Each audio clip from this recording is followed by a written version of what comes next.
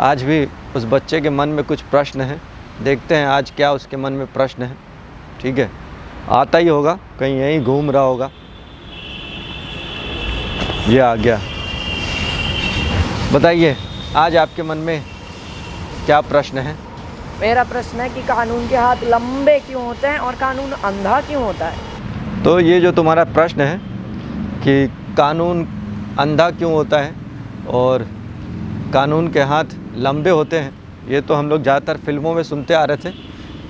ठीक है, लेकिन अगर इसको समझना हो तो मैं आपको आज के समय जो हमारे देश में हो रही गतिविधियाँ हैं इसके थ्रू मैं आपको समझा सकता हूँ कि कानून अंधा कैसे होता है। हमारे देश में ये किसान आंदोलन कर रहे थे, है ना, और जो किसान आंदोलन होते वहाँ कुछ ऐसे लोग भी थे जिन्होंने ऐसी ऐसी भाषा का प्रयोग किया, इंदिरा को हमने ठोक दिया, है ना, और खालिस्तान के झंडे, बहुत सारी चीज़ें हो रही थी।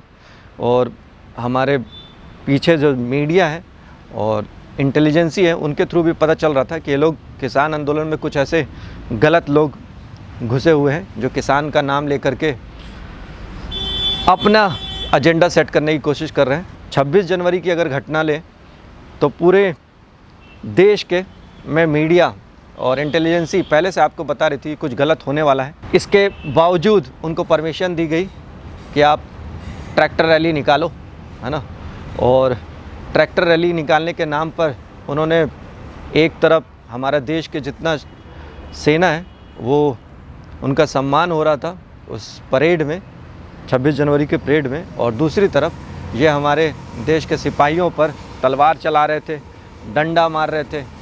हद कर दी उन्होंने कि आप लाल किले के प्राचीर पे जा कर के खालिस्तान का झंडा लगा दिया। ठीक है, हम कह सकते हो कि जिस जगह पे 1947 के बाद कभी तिरंगा के अलावा कोई झंडा नहीं लगा, वहाँ आपने खालिस्तान का झंडा लगा दिया। तो ये सारी जो घटनाएं घटी हैं, इन घटनाओं को देखने के बाद मुझे नहीं लगता है कि हमारे देश के जो भी बड़े चढ़े लोग हैं उनको ये नहीं पता था या कोर्ट को नहीं पता चल रहा था कि वहाँ कैसे लोग हैं। तो हम कह सकते हैं कि हमारा कानून जो था वो अंधा ही था।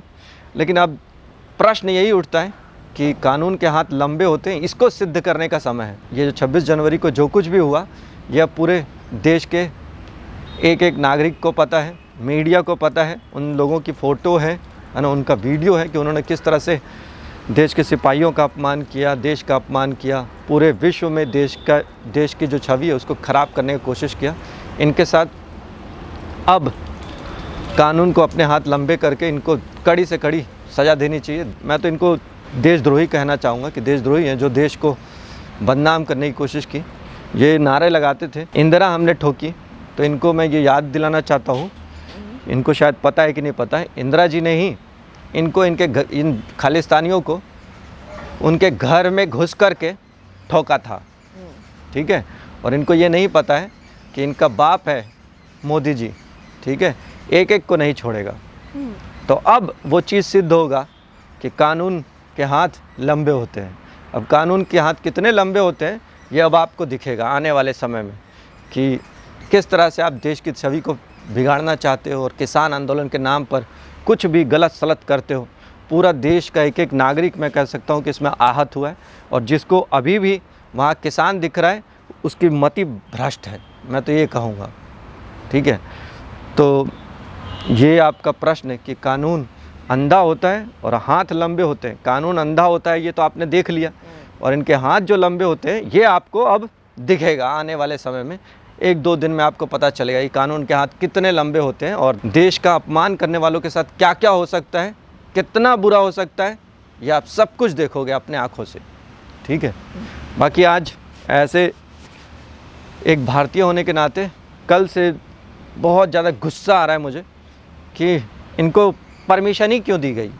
ठीक है, ये सब जानते हुए भी इनको परमिशन देनी नहीं चाहिए थी, और अब जब इन्होंने पूरे देश की छवि को बिगाड़ने की कोशिश की है तो इन पे सीधा सीधा देशद्रोह का मुकदमा चलना चाहिए और इनको कड़ी से कड़ी सज़ा मिलनी चाहिए ताकि कोई दूसरा ऐसी हिमाकत ना कर पाए जो इन लोगों ने किया है। आज के लिए इतना ही काफ़ी है। अगले प्रश्न में अब आपसे मिलेंगे। आज थोड़ा सा गुस्से में हूँ, अगले प्रश्न में शायद अच्छा हो जाऊँ क्योंकि दिल दुखा है।